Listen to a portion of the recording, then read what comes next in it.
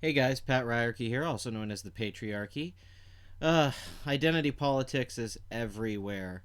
Legitimately everywhere. There is just the transgender thing, maybe because of Trump's presidency, has been heightened. All of the SJW's political correctness, all their bullshit about us that we have to call everyone 76, 100, 1 million genders. I mean, this is the bill in Canada stuff, like Jordan Peterson's fighting, where they're going to make teachers have to call people by the pronouns they prefer. Which I don't care if you want to be called something you want to be called, but I don't think someone should be forced to have you to call you that for your comfort, and I don't think it's discrimination. But let's look at a couple articles here, and I'll break down a little bit what I'm talking about. But I'm going to be fair because I'm not being an asshole here. I'm okay with these things in some ways, but it's just showing me, I think, a narrative we're going to see play out over the next few years. All right, Article 1. This is from heatstreet.com. I will put the link in the description, obviously. British doctors have been told not to use the word mother when referring to pregnant women in case it offends transgender people.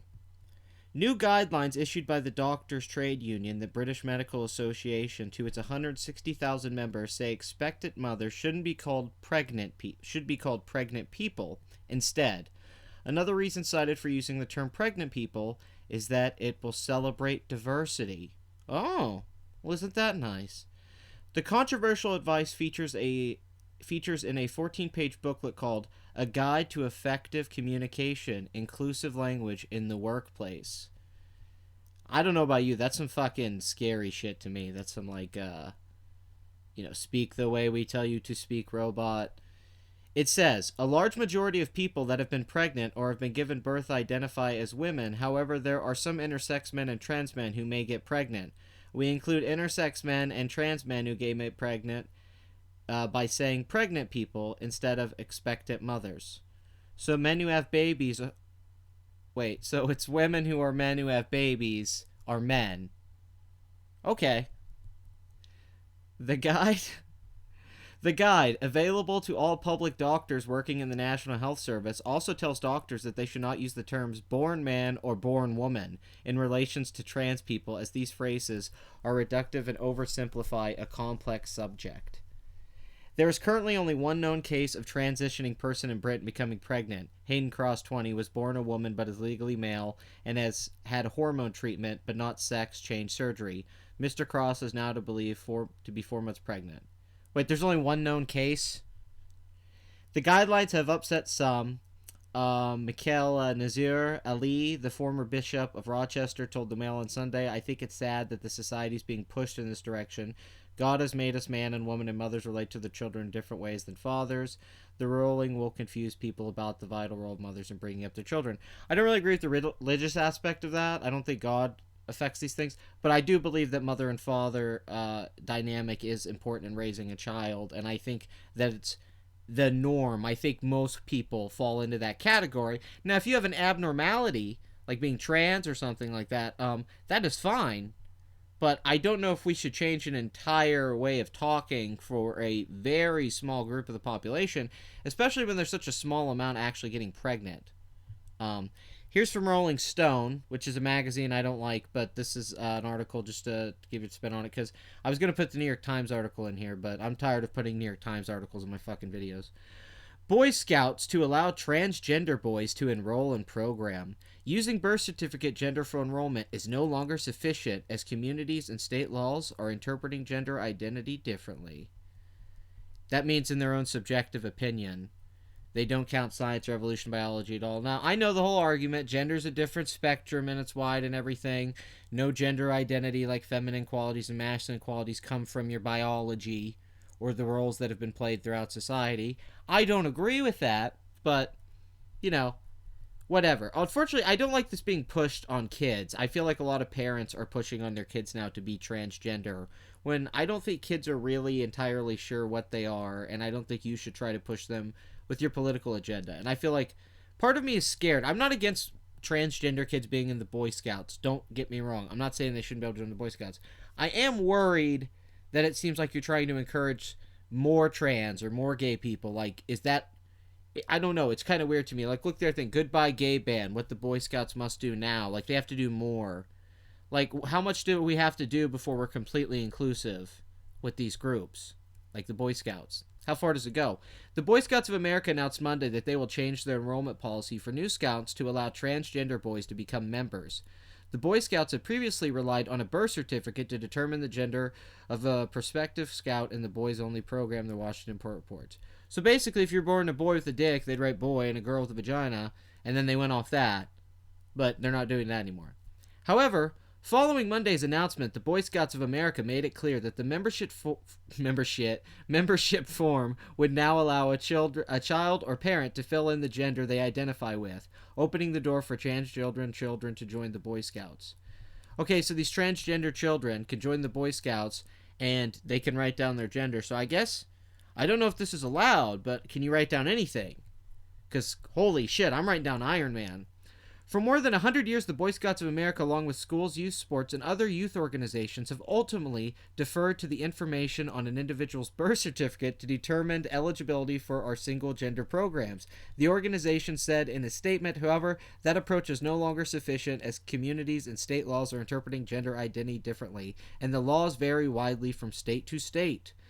Okay, so basically, let's see. What they're saying here is some kid in Jersey that the scout was born a girl. Okay, yeah, I think this was in the New York Times and a few other places. Some girl was some boy was discovered to be a girl that was in the Boy Scouts. Okay, in a statement regarding Melanado's case, the Boy Scouts of America said it was brought to our attention that their child does not meet the eligibility requirements to participate in the program, so Boy Scouts of America leadership reached out to the family to inform them and share information on alternative programs. Well, that's very nice. The change in the application process comes nearly a year and a half after the Boy Scouts announced they would let openly gay leaders work for the organization, ending a long-term ban on gay scouts and leaders. Well, that's cool. In the case of Maldonado, the Boy Scouts of America said in December, no youth may be removed from any of our programs on the basis of his or her sexual orientation. Gender identity isn't related to sexual orientation. They seem pretty stern in that. I don't know. That seems like they're saying there's no debate on that at all. I still think there's a debate on that. I don't think the science is out on that, actually. But here's the thing. I get it, diversity. I get it, inclusiveness. There is trans people. Some of them want to be Boy Scouts. That's cool. Some of them want to have babies. That's cool too. However, when you start to change the language, when you start to change the rules, just a little bit at a time, like, okay. A few years from now, though, it makes me wonder, is it just not going to be the Boy Scouts anymore? Is it going to be the LGBT Scouts? And, I think this just they want control over the way we talk and speak and feel about everything. It's just a weird thing. Like, why can't there be the Boy Scouts and the Girl Scouts? And why does one person feeling uncomfortable have to change the rules for everyone else? It just seems odd to me. I guess in a society in America, we're supposed to say that we include everyone for everything. But to me, it seems sort of off that you have to change fundamental things that are normal. And I don't mean normal in a very literal sense. I mean normal just like what the averages are. Most animals, have that, and then they have abnormalities. They have homosexuals in the animal community, and like we do, we have homosexuality, trans. It doesn't make you different. You're a human being. It's just, most people are born to have children. It's, to the man and woman. That's what it is. So I think, these things were built because that is the majority of the world, and it makes things fairly simple. And then when you just say man and woman, it eliminates really your gender. It just talks about you. What's your Boy Scout? That's the last time you really think about that. But now they kind of, to me, make it more of a big deal what your gender is when you join the Boy Scouts now. I think it's more about your identity now in that sense than it was before. Or telling someone that they're a person now, instead of, telling them that they have a baby boy, they have a baby person, not a baby girl, and that they're not a mother, but they're a person. It just seems weird, doesn't it?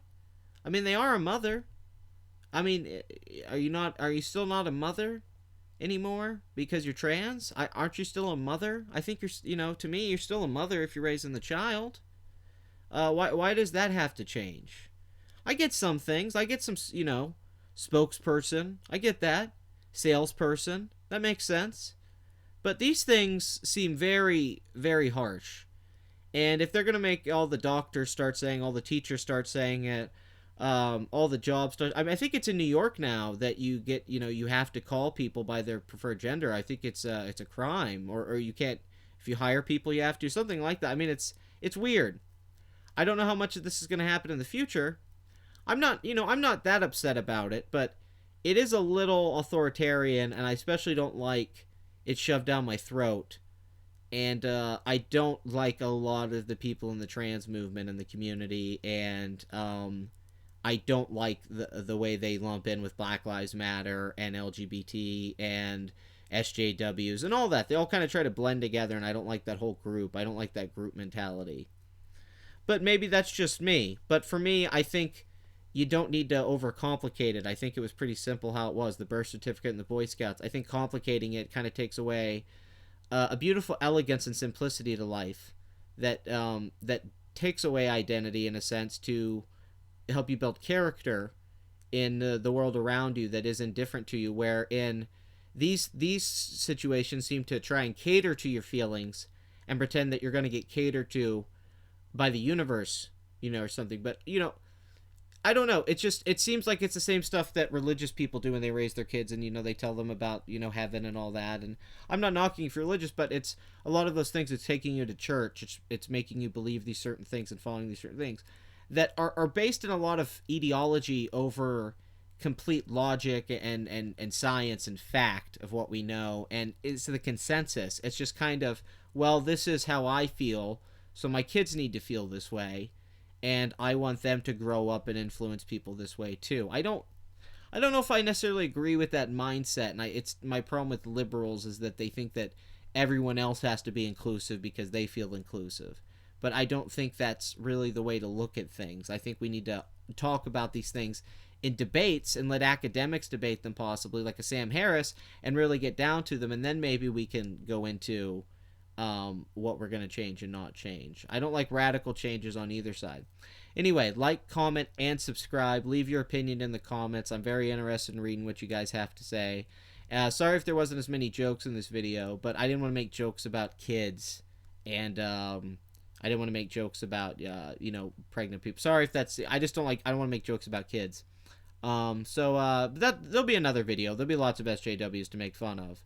So until next time, whatever gender you identify as, be it a Decepticon, I hope you're happy. You get to be in the Boy Scouts now and have a baby.